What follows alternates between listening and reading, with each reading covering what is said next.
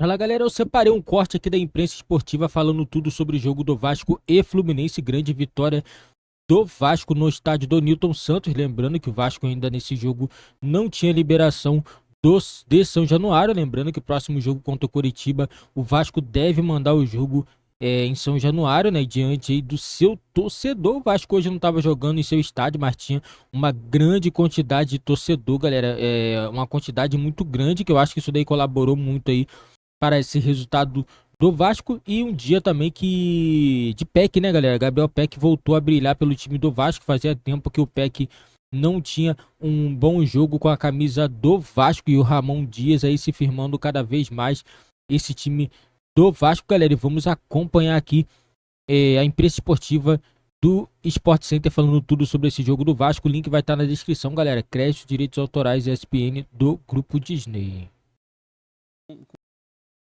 Com outro pé. Vimos o Eduardo Barros na entrevista coletiva, não chega a ser uma novidade, né? Muitas vezes o Diniz está suspenso nos jogos, e aí o Eduardo Barros, que vai para a beira do campo e depois para a entrevista coletiva, estava com o Diniz nos 2 jogos da eliminatória contra Bolívia e Peru. Já li aqui alguma cornetada à comissão técnica do Fluminense e da seleção, dizendo que o Diniz treinou o time muito bem na data FIFA. O Fluminense se preparou muito bem. Sabia que isso ia acontecer. Mas isso é o bônus e o ônus, né? O Fernando Diniz é um técnico competente, eu acho que o saldo da primeira data FIFA com ele na seleção foi positivo, mas esse Fluminense, quando já tinha o Fernando Diniz ali parado na data FIFA, quando retornava da data FIFA, ele já mostrava uma queda, com o Diniz lá. Sim. Agora você tem um técnico focado na seleção brasileira. Tudo bem, o Eduardo Barros é um técnico competente, você tem a mesma linha de trabalho, o Fluminense já desempenhou um bom futebol tendo o Eduardo Barros comandando, quando não tinha ali o Fernando Diniz disponível. Mas isso vai ser questionado, porque é algo raro, é o que o Renato falou. A gente tem um técnico tendo que dividir as atenções entre o clube, o trabalho diário e a seleção brasileira. Não dá para manter a mesma produção. Eu também acho que não. Na minha cabeça também. Eu já estive por 2 anos dentro de uma comissão técnica. Sim. E os treinadores que eu trabalhei, se o dia pudesse ter 36 horas, eles agradeceriam, porque tem coisa para fazer, tem trabalho para fazer. Renatinho, para mim não é bom pro Fluminense essa relação. Eu acho que o Fluminense não é positivo. É isso. Eu também, não é positivo. Eu também acho isso. Que o Fluminense é o mais prejudicado, sem dúvida. E tem uma outra questão. A gente vai falar também, mas é uma parada que não tem como a gente mensurar. Porque a gente não está 24 horas com o Diniz para saber o que ele está fazendo. Se ele está no CT, se ele não está. Essa também vai ser uma dificuldade nossa também na hora de criticar ou não. Porque a gente nunca vai ter em mãos aqui, ele dedica tanto tempo para o Fluminense, tanto para a seleção. Isso vai ficar sempre no nosso imaginário. Agora, que para mim, como eu disse mais uma vez, a função de um treinador de futebol hoje, principalmente no Brasil, que não é só treinar, quer apagar incêndio, quer conversar, quer passar a mão no jogador aqui, conversar, vem aqui, fazer um carinho e tal, assim, eu questiono. Agora, isso que o Fernando levantou, mesmo com o Diniz nas datas FIFA passadas, o time não voltava bem. É pelo estilo de jogo do Fluminense, do Diniz, quando fica 2 semanas sem jogar, perde um pouco do ritmo, do embalo? Então, é outra coisa que também, porque por outro lado, o estilo de jogo do Diniz pede que você esteja fresco fisicamente para... E nada melhor do que 10 dias de descanso, para pressionar. Né? É muito louco isso, porque tem muito time, e a gente escuta muito isso, né, de torcedor. Ficou fazendo o quê na parada? Uma semana livre para quê? Já viu esses papos? O torcedor sempre acha que vai voltar o Manchester City. É isso, mas aí é uma outra parada que a gente não tem como mensurar. Não dá, né, Fernando? Não dá. Porque a gente já não tá mais no CT também. Sim, ninguém. Entendeu? Em outras épocas, você pegou muito, eu peguei um tempo também quando fui setorista, pelo menos a gente estava na beira do campo, estava vendo o que estava sendo trabalhado. Por exemplo, o Fluminense está tomando gol de bola parada, vai. Aí vem uma data FIFA, eu como repórter ia lá, ele está treinando bola parada, vamos ver o que ele está fazendo. Era uma coisa que a gente poderia falar, entro no programa e falo, o Diniz está treinando isso. Hoje a gente não sabe. Também é o que eu estou falando.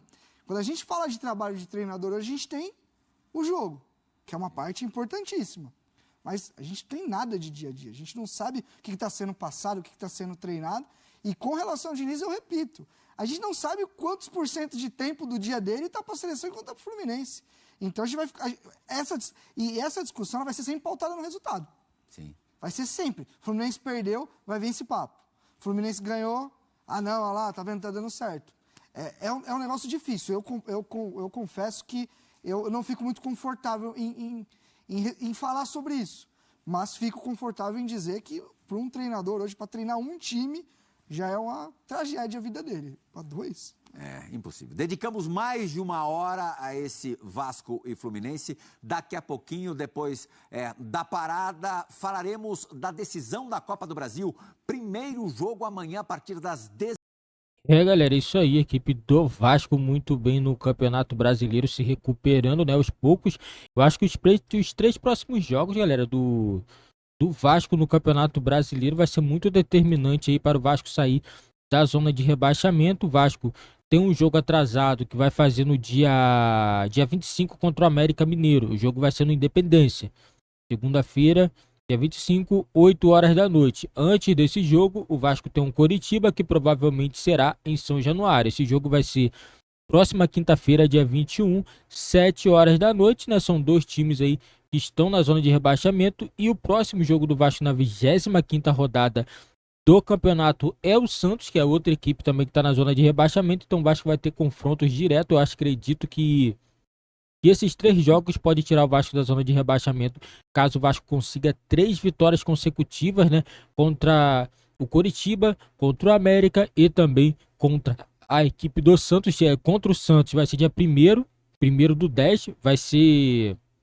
Esse jogo vai ser na Vila Belmiro, vai ser fora de casa, então deve ser um jogo duro, porque a equipe do Santos também está numa crise, mas eu acredito que o momento do Vasco está melhor do que o momento do Santos, está melhor do que o Coritiba, então acredito que no mínimo aí de 3 jogos eu acho que o Vasco consegue pelo menos 2 vitórias, essas 2 vitórias colocariam o Vasco, não sei se fora ainda da zona de rebaixamento, mas eu acredito que ficaria a 1 ponto ou até com a mesma quantidade de pontos de algumas equipes aí que estão fora da zona de rebaixamento. Também vai depender também da combinação de resultados também das outras equipes também que vão jogar. Temos o Goiás, temos o Bahia, né? São equipes também que estão brigando também para poder não ser rebaixada, né? Tem que torcer para o Goiás perder para o Flamengo, porque o próximo jogo do Goiás na Serrinha vai ser contra o Flamengo, próxima quarta-feira às 7 da noite. Então o Vasco vai entrar em campo já sabendo o que precisa fazer. Não é nem sabendo, né? Precisa fazer, independente de qualquer coisa, o Vasco precisa entrar em campo e vencer seus jogos, independente do resultado dos outros times, porque o Vasco não pode ficar jogando só com resultado de outras equipes, tem que jogar com o resultado dela, que é a vitória. O que acontecer com outra equipe é a consequência, entendeu? Então é isso aí, galera. Esse foi o vídeo do nosso canal. Vasco 4, Fluminense 2, galera. Grande vitória do Vasco no Campeonato Brasileiro. Vasco muito próximo de sair da zona de rebaixamento. Galera, dá uma moral no nosso canal. Você que tá chegando é novo, deixa seu like, se inscreva e ative também o sininho das notificações para você não ficar de fora de nenhuma novidade aqui do nosso canal.